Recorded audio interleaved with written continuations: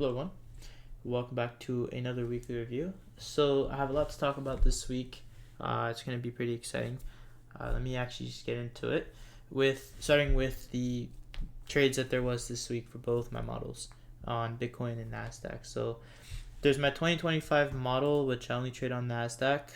Only showed up on the 3rd. There was news on Monday, and 5.13 RR, 5-minute sweep, clean bodies, and then this is supposed to be a 1-minute chart, but apparently I'm an idiot.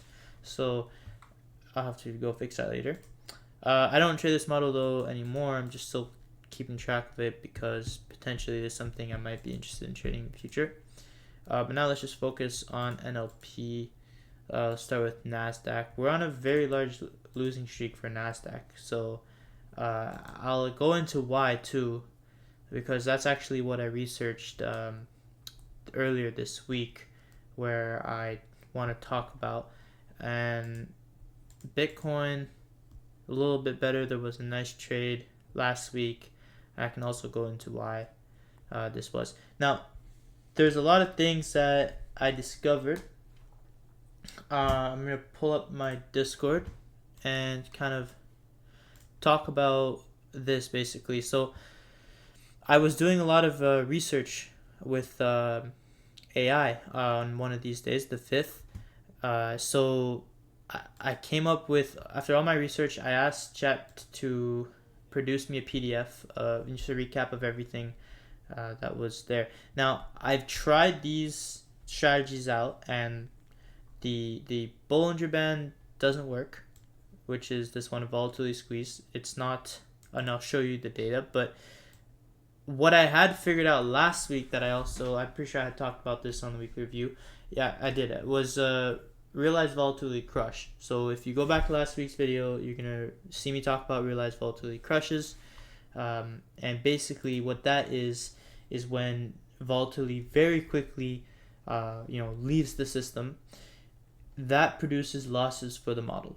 But it's not just that, it's also when volatility very quickly enters the system. It also produces losses for my model. So basically what the Grok AI suggested is that I go on a 1-hour chart for the Nasdaq, and I use a 5-day moving average and a 1-day non-moving average, an ATR, average true range indicator, which basically goes back in the last X number of periods. So we have a 5 and a 1. So it's going to go over the last 5 candles and over the current candle, and it's going to take an average, the amount of range that price moved.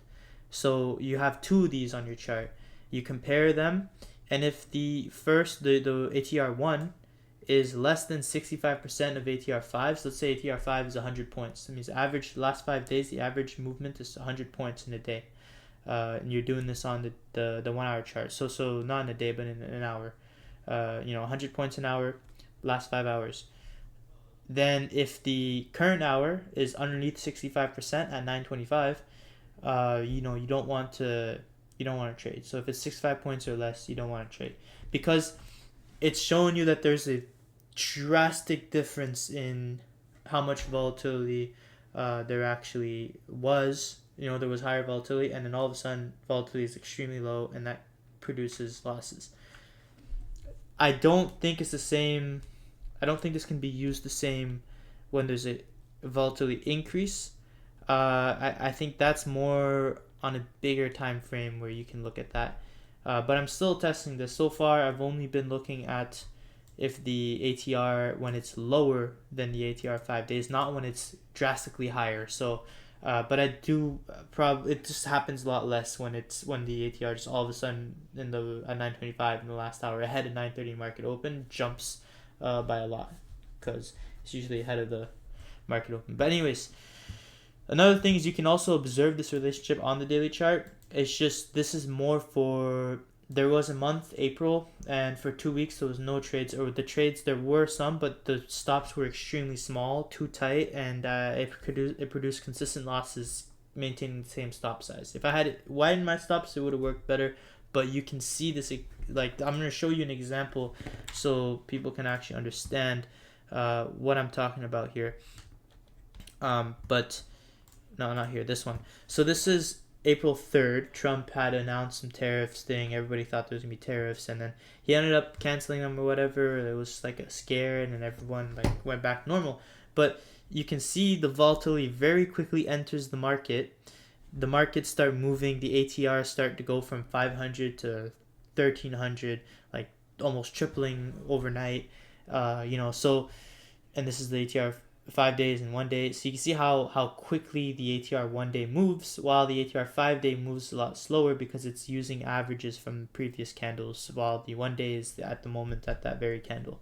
Now, this produces losing streaks, and then same thing when it crashes very quickly, gets way underneath it, it just doesn't move enough, and it's not moving up and down enough.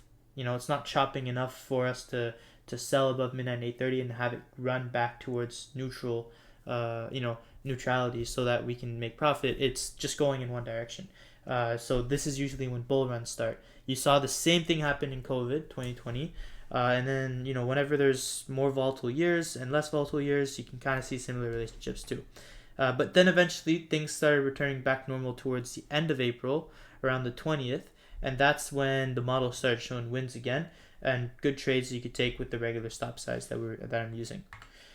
Then I'm gonna before I read the weekly journal, there was also this too, which I came across comparing Bitcoin and Q.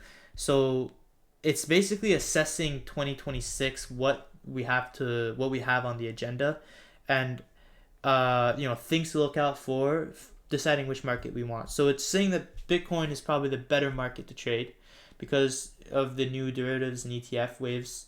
The amount of money that flew into the market because of these things, ETFs being accepted, and there was still some of that excitement left over. There's also Nasdaq, which what could break it. I don't know. There's more to it. But yeah, FOMC driven gamma pinning. I don't know what that means, but it could, depending on what rate cuts do. I'm going to look more into this over the week.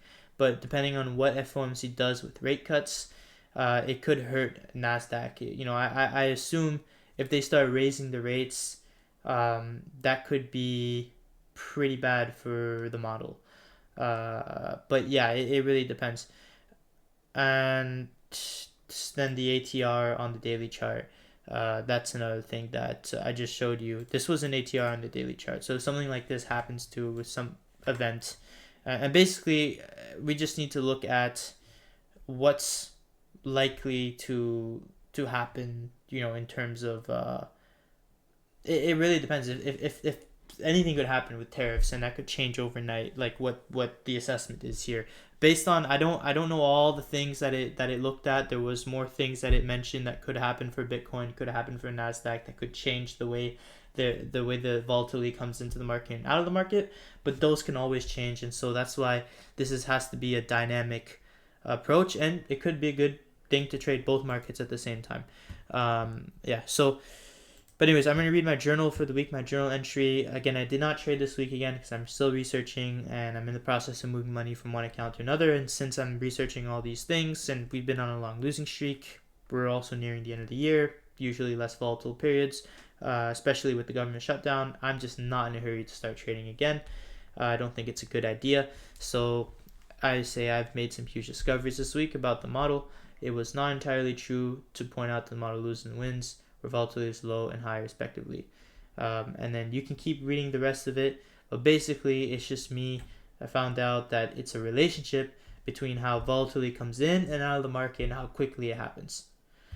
I give an example with COVID 2020, and then I also talk about why this is so, like with the stop sizes, when volatility comes in quickly, stop sizes are too small. When volatility leaves quickly and out of the market, then trades don't run enough to give me profit, and I tend to come back on me and stop me out. So yeah, that's that. Now, I want to talk about the ATR indicator. I have a friend with me here today, Noelani. We're gonna look at the indicator, and then I'm going to show the data. I started backtesting the current year. I was using FX Replay, and I started back testing with these two indicators. I'm going to talk about, she's going to ask questions because she's trying to also learn, and I guess I thought it was a good idea if she asked questions here, because I'm sure maybe other people may have questions about it too, and how to use it, how I use it at least. So Nolani, why don't you say hi?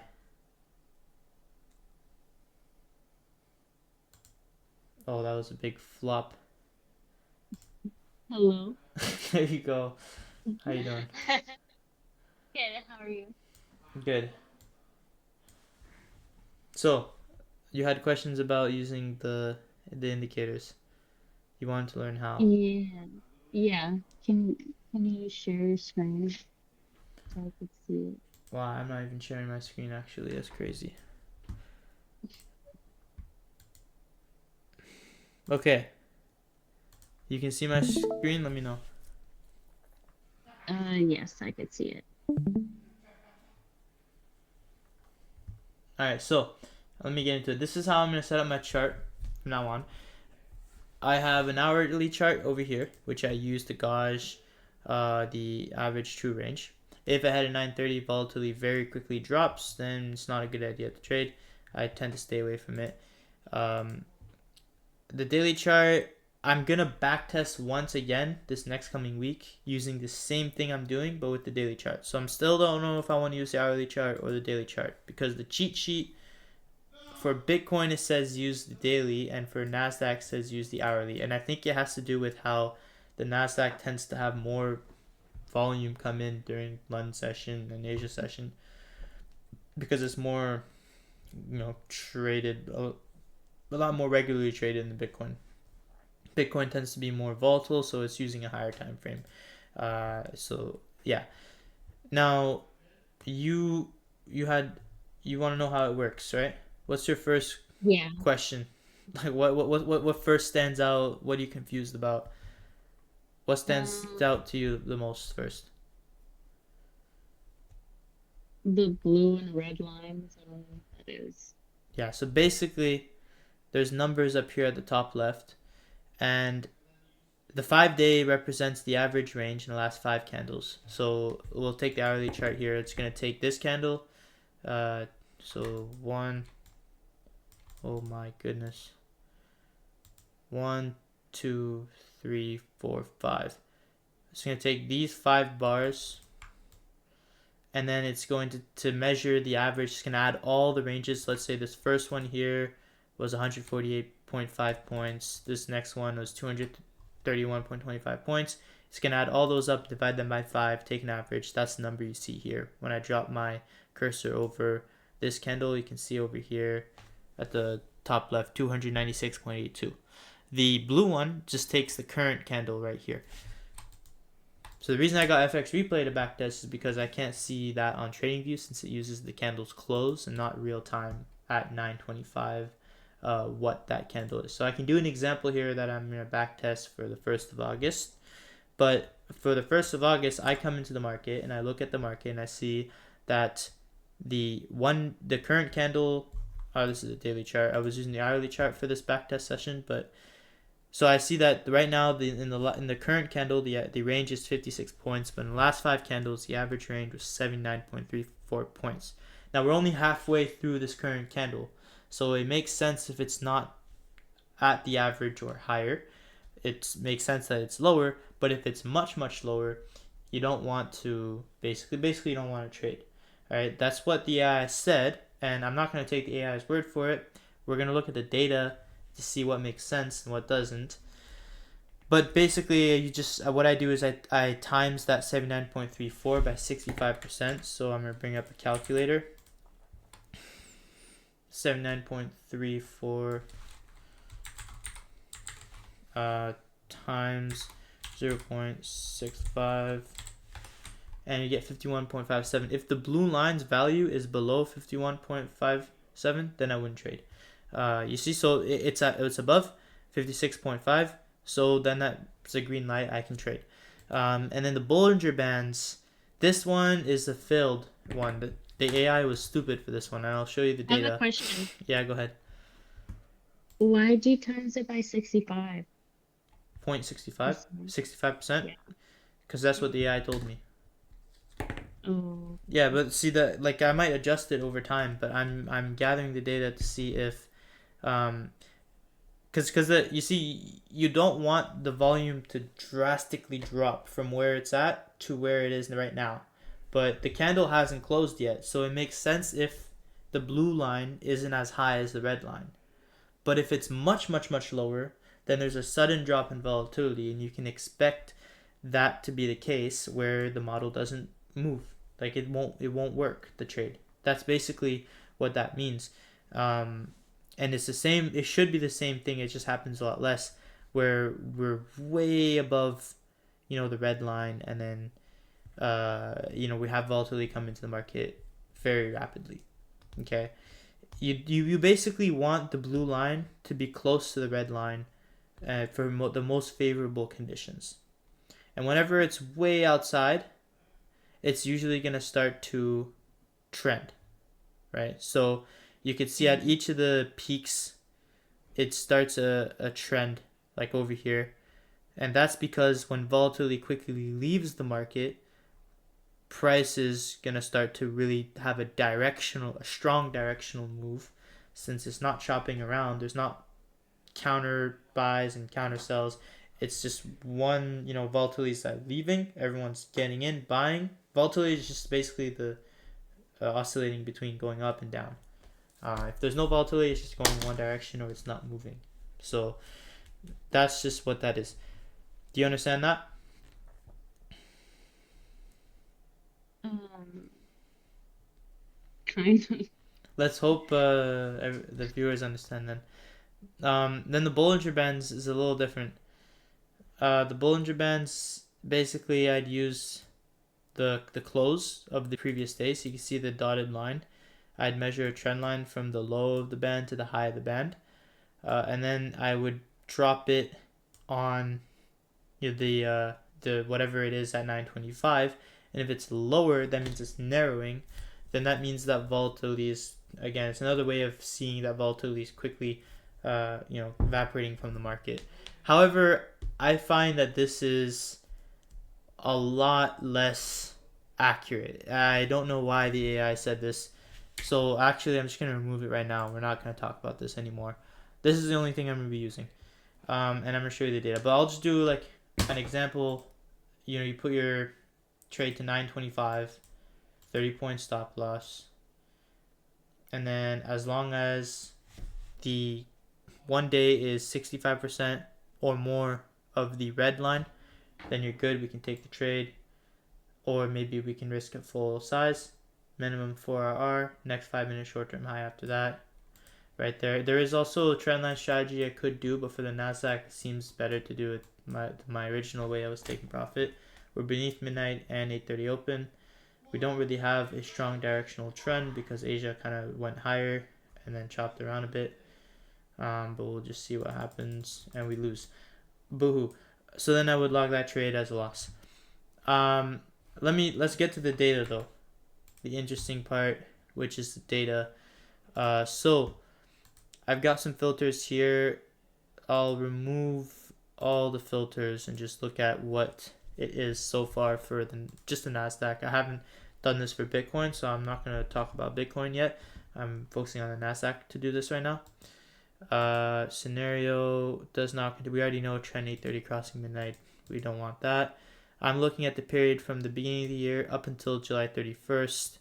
Well, I just did August 1st, so I'm gonna update that. But I mean, I've backtested with the adjustments up until this date, and we're gonna remove this to Bollinger Band. So also, well, we're gonna make it account. We're not gonna do 2025 model. I don't know why 2025 model is there. Okay.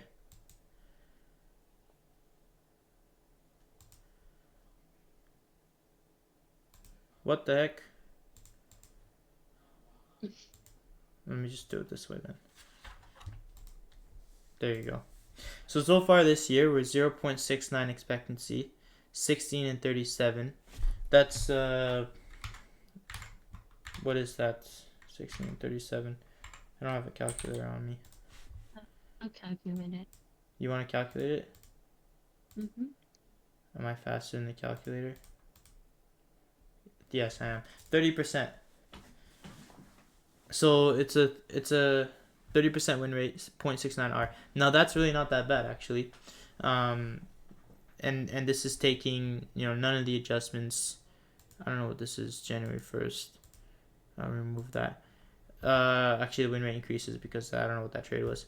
Now if I add the filters, so we're gonna do scenario and does not contain, or we'll start with does not contain ATR, and it contains Bollinger Bands. So Bollinger Bands alone is profitable, and this is still quite profitable. Again, 30% win rate, 0.64 R. So over all the trades throughout the year, this is about the same thing. So it doesn't make any sense to use this as a rule where we don't take the trades. Yes, it would have prevented a very large losing streak. That is true in March. But this was also ahead of April.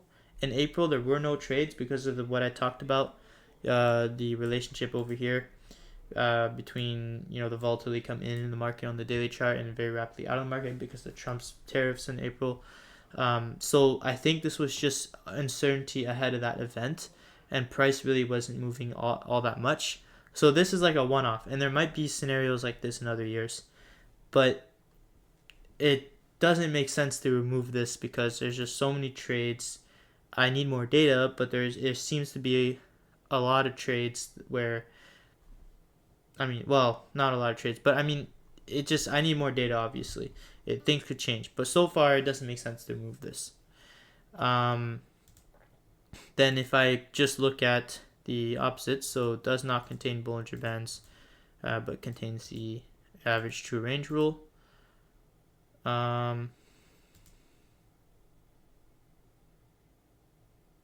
Okay, this is.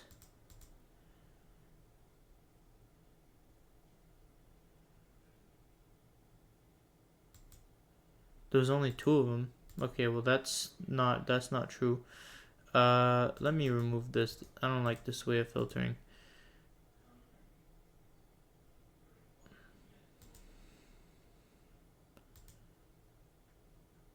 There you go. Oh, what? Alright, that's... Something is wrong.